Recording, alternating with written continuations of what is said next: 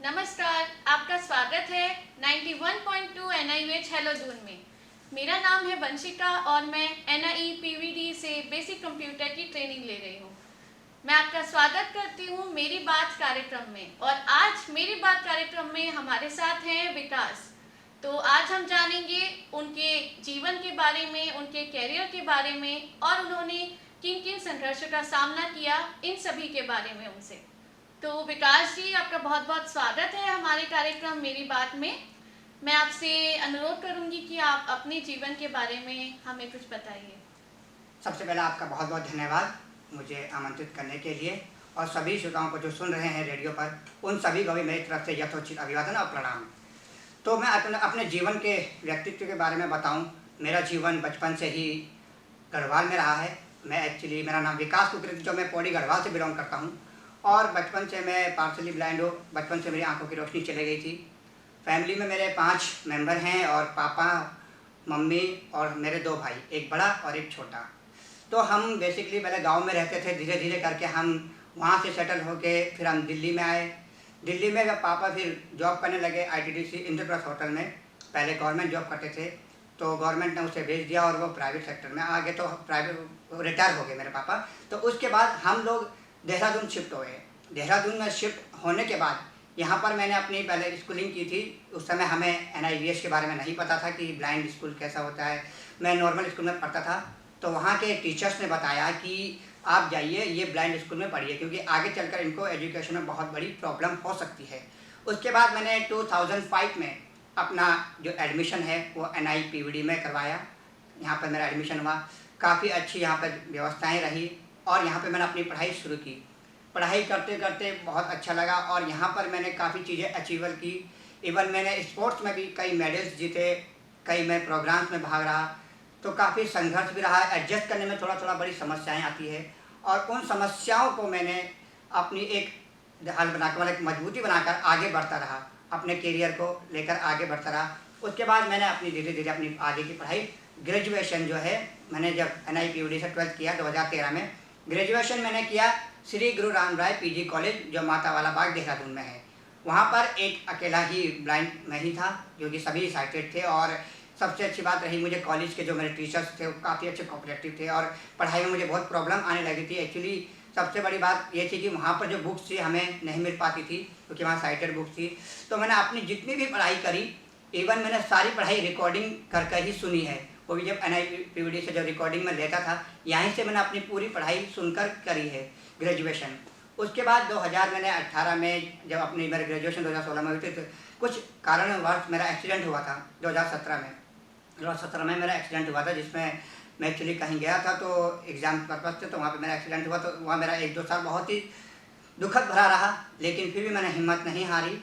Even मेरा अंगूठा जो है, राइट अंगूठे में काफ़ी प्रॉब्लम थी, और मैंने JMMT Japanese medical manual therapy का कोर्स किया 2018 में। वहाँ पर काफ़ी मुश्किलें थी, क्योंकि एक अंगूठा जब आपका थेरेपी के लिए क्या होता है कि एक अंगूठा जो कि बहुत ही अहम रोल अदा करता है, वो बहुत मायने रखता है। तो उस कारण मैंने जब अपनी पढ़ाई JMMT का यहाँ पर फिजिकल टेस्ट हुआ था, तो मैंने काफ़ी अपने अंगूठे को काफ़ी मजबूत किया, और अपनी जो विल पावर को उसको स्ट्रॉन्ग करा, क्योंकि विल पावर अगर आपकी स्ट्रॉन्ग है तो आप सब कुछ कर सकते हो। तो वो मैंने अपने स्ट्रॉन्ग करने के साथ साथ मैंने अपनी आगे की पढ़ाई की, और 2018 में JMMT के बाद फिर मैंने अब जो करंटली मैं अभी बेसिक कंप्यूटर कोर्स कर रहा हूँ, ताकि कंप्यूटर का हमारे जीवन में भी बहुत बड़ा अहम योगदान रहता है। तो यही सब मेरा छोटा सा परिचय था। और मेरे फैमिली में बता दूँ कि अभी कुछ सालों से मेरे पापा हैं जो कि विकलांग हुए हैं। उनके पाँव में जो कटा था वो कुछ गैंग्रीन टाइप का बन गया था, तो काफ़ी समस्याएँ आई। एवं मेरे बड़े भाई जो हैं वही मेरे परिवार का भरण पोषण करते हैं, और काफ़ी दुख है। मतलब एक जो होता है फैमिली में काफ़ी चीज़ें रही है, उतार चढ़ाव रहा है, लेकिन फिर भी मैं एज ए पॉजिटिव हर चीज़ लेकर चलता हूँ। कि नेगेटिव होता है तो मैं हमेशा पॉजिटिव सोच लेकर चलता हूँ, कहीं ना कहीं पॉजिटिव रहता हूँ, और हर चीज़ को ये सोच कर चलता हूँ कि आगे भी पॉजिटिव होगा। तो यही सब मेरा थोड़ा बहुत संघर्ष है, और काफ़ी दुखद भरा ये मेरा संघर्ष रहा है, लेकिन फिर भी मैंने अपना आपको एक स्ट्रॉन्ग बनाया, और आगे चलकर आगे मैं चाहता हूँ। अभी मेरी करंटली में जॉब प्रिपरेशन की तैयारी चल रही है, बैंकिंग SSC की। तो आई होप कि मैं आगे इसमें सफल हूँ। आप लोगों का आशीर्वाद, आपका प्यार रहा है। विकास जी, आपकी हमने संघर्ष भरी जो एक कहानी थी वो हमने सुनी और आपका जीवन सच में बहुत ही संघर्षपूर्ण रहा है। आपकी इस बातचीत को जानने के बाद मेरे मन में कुछ सवाल उठे हैं। सबसे पहली बात तो मैं आपसे ये जानना चाहती हूँ कि आपने जैसे बताया कि आपने NIVH से 2005 में यहाँ पे एडमिशन लिया, तो कौन सी क्लास में आपने यहाँ पे एडमिशन लिया था? मैंने उस समय 2005 में मैंने 5वीं में एडमिशन लिया था, उस समय 5th में, उससे पहले। अच्छा, आपने 5वीं क्लास में एडमिशन लिया और उसके बाद आपने जैसे बताया आपने स्पोर्ट्स खेले, तो किस किस स्पोर्ट्स में आपका रुझान था और किस स्पोर्ट्स में आपने मेडल जीते? मैं मेरा जो एथलेटिक्स मैन इवेंट था, मेरा जो 100 मीटर रेस और लॉन्ग जंप और 200 मीटर रेस में मैं ज़्यादा पार्टिसिपेट करता था और उसमें मेरे काफ़ी मेडल्स आए। ये सब रहा मेरा। और काफ़ी हम लोग इधर गए, टूर गए, हरिद्वार, अमृतसर जाना होता तो नेशनल लेवल पर भी खेला हूँ।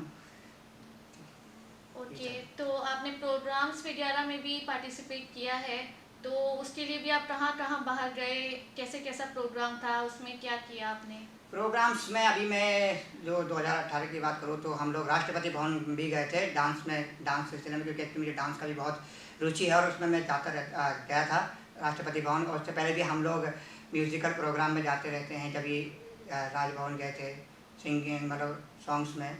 तो इवन बीच में जाना होता रहता है, कभी भी अगर मौका मिले तो मैं जरूर जाता हूँ। तो आप स्पोर्ट्स जैसे खेलते हैं तो ऐसा माना जाता है कि ब्लाइंड विजुअली इम्पेयर्ड जो लोग होते हैं, ऐसा साइटेड लोग, काफ़ी लोग सोचते हैं कि स्पोर्ट्स उनको खेलने में मुश्किलों का सामना करना पड़ता है। तो आपको किन किन मुश्किलों का सामना करना पड़ा, या फिर आपके लिए बहुत नॉर्मल सी ही बात थी, जैसे और लोग खेलते हैं वैसे ही उसी तरह आपने खेला? जी हाँ, बिल्कुल मुश्किलें, आपने बिल्कुल सही प्रश्न किया कि मुश्किलें आती हैं। एक स्पोर्ट्समैन में विजुअली इम्पेयर्ड को बहुत बड़ी दिक्कत आती है, क्योंकि अब आप देखें साइटेड लोग क्या करते हैं, वो रनिंग खुद करते हैं, लेकिन हमें क्या होता है, स्काउट दिया जाता है, रनर, एक होता है रनर, गाइड रनर, जो हमें हाथ पकड़ के मतलब हमें अपना एफर्ट लगाना पड़ता है, उसके साथ वो हमें गाइड करता है किधर ले जाने में। तो एक्चुअली वो हमें गाइड करता है स्पोर्ट्स में। बाकी जो हमारी जो सुनने की पावर, जब हम लॉन्ग जंप करते हैं तो जब लॉन्ग जंप करते हैं तो वहाँ पर हमें क्लैपिंग, जब एंडिंग जब हम जंप जहाँ पे करते हैं वहाँ पर क्लैपिंग बजाई जाती है। जैसे वहाँ पे क्लैपिंग होती है वहाँ पे जंप बोला जाता है, हमें जंप करना पड़ता है, वहाँ पर वो चीज़ें होती है। तो हमें एक प्रॉपरली गाइडेंस की ज़रूरत होती है थोड़ा। लेकिन विजुअल इम्पेयर्ड सब कुछ कर सकता है, ऐसा कुछ नहीं कर सकता, बस ये है कि थोड़ा प्रॉपर गाइडेंस की ज़रूरत उन्हें चाहिए। और जैसे आप डांस भी करते हैं, तो डांस आपको कैसे सिखाया जाता है एज अ विजुअली इम्पेयर्ड? देखिए डांस, इवन मैंने डांस जो मैंने सीखा नहीं है, वैसे मैंने डांस मैं खुद से ही अपने आप को ही मतलब डेवलप करता हूँ। डांस में खुद ही स्किल मतलब कैसे करना है, क्या करना है। लेकिन हाँ, अगर सिखाने की बात आए तो फिर थोड़ा सा डिफिकल्ट होता है ब्लाइंड को। लेकिन एक बात ब्लाइंड को सिखा देने में क्या होता है कि उनको स्टेप बताने हैं, और जो स्टेप होते हैं वो काउंटिंग के साथ बताने होते हैं। आप उनको काउंटिंग के साथ स्टेप बताएंगे, उनको पकड़ के बताएंगे तो उनको ज़्यादा बेहतर समझ आएगा। उनके पाँव किधर जा रहे हैं, हाथ किधर जा रहे हैं, उनको थोड़ा सा गाइडेंस करना चाहिए हाथ पकड़ के कि ऐसे कर सकते हैं, ऐसे कर सकते हैं। तो उस तरीके से वो लोग और बेहतर उसमें कर सकते हैं, ये चीज़ें होती है। तो विकास जी, आप ये बताइए कि डांस जैसे आप लोग करते हैं तो कौन सी फॉर्म पे आपको डांस सिखाया जाता है या आपने किया है, लोक गीतों पे या फिर वेस्टर्न डांस, आप कौन सा आपको अच्छा लगता है करना? मैं तो वैसे ज़्यादा ही फोक डांस ज़्यादा पसंद करता हूँ। इवन मैं गढ़वाली ज़्यादा पसंद करता हूँ, गढ़वाली फोक, क्योंकि मैं गढ़वाल से बिलोंग करता हूँ। लेकिन हाँ, हिंदी भी अगर करने का ऑप्शन है तो वो हिंदी भी कर लेता हूँ। गाना भी हमारे दर्शकों को सुना दीजिए अगर आप चाहें तो। बिल्कुल बिल्कुल, क्यों नहीं। और जो गढ़वाली गाना है वो हमारे जो मेरे सबसे बेस्ट सिंगर हैं गढ़वाल में, नरेंद्र सिंह नेगी जी, मैं उनको बहुत फॉलो करता हूँ। भले तो बिल्कुल गुनगुनाना चाहूँगा 2 लाइन। सुध बुध निरईचा, सीणी खाणी हर चीचा, मेरी ए जदी बड़ी रौड़ी धौड़ी, भारी खुद लगी चा तेरी, सुध बुध निरई चा, सीणी खाणी हर चीचा, मेरी ए जदी बड़ी रौड़ी धौड़ी, भारी खुद लगी चा तेरी, ए जदि बड़ी रोड़ी धोड़ी भारी खुद लगी चा तेरी फूली फूली सुखी गेनी ऊनी ऐ बसंत एक चल गेनी तूनी ऐ तूनी ऐ हो फूली फूली सुखी गेनी ऊनी ऐ बसंत एक चल गेनी तूनी ऐ ऋतु ऐन ऋतु गेनी तूनी ऐ कौथिक वीरेनी तूनी ऐ तूनी ऐ क्योंनी ऐ सच्ची बोनु छो त्यारे सौ हे भारी खुद लगी चा तेरी ए जदि बड़ी रोड़ी धोड़ी भारी खुद लगी चा तेरी भारी खुद लगी चा तेरी भारी खुद लगी चा तेरी। धन्यवाद। बहुत बहुत खूब विकास जी, बहुत अच्छा आप गाते भी हैं और आप में बहुत सारी प्रतिभा का खजाना है। ये बोलना गलत नहीं होगा कि आप एक मल्टी टैलेंटेड हैं, स्पोर्ट्स में भी, डांस में, सिंगिंग में, ऑलराउंडर आपको कहा जा सकता है। तो बहुत ही अच्छा लगा आपका गाना सुन के।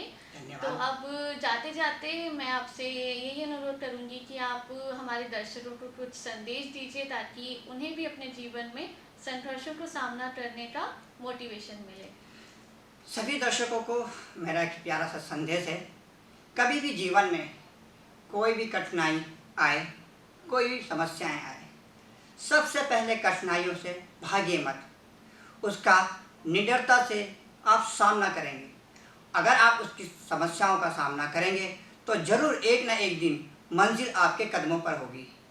तो मैं यही चाहूँगा, समस्याओं से ना घबराकर हिम्मतें बढ़ते रहो, समस्याओं से ना घबराकर हिम्मतों को बढ़ाते रहो। एक न एक दिन मंजिल चूमेगी तुम्हारे कदम, हर कदम हर डगर पर हिम्मत को बढ़ाते चलो। ये एक मेरा छोटा सा संदेश है।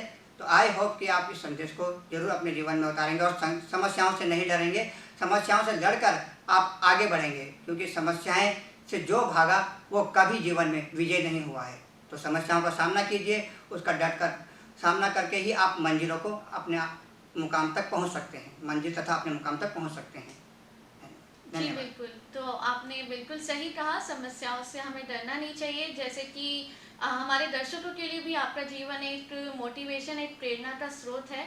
जिस तरह से आपने इतने संघर्षों का सामना करते हुए आपने अपनी पढ़ाई को जारी रखा और अभी भी आप आगे निरंतर बढ़ते जा रहे हैं अपने पथ पर।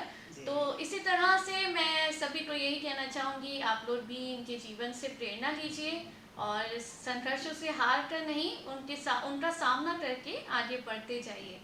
तो विकास जी, आपका बहुत बहुत धन्यवाद हमारे कार्यक्रम का हिस्सा बनने के लिए। आपने यहाँ पर आकर अपनी जर्नी शेयर की, जिसकी वजह से कितने सारे लोगों को मोटिवेशन मिला होगा।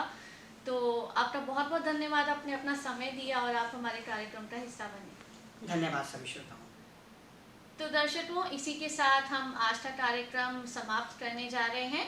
उम्मीद करते हैं आपको आज का कार्यक्रम पसंद आया होगा और आपने इससे ज़रूर कोई ना कोई प्रेरणा अवश्य ली होगी।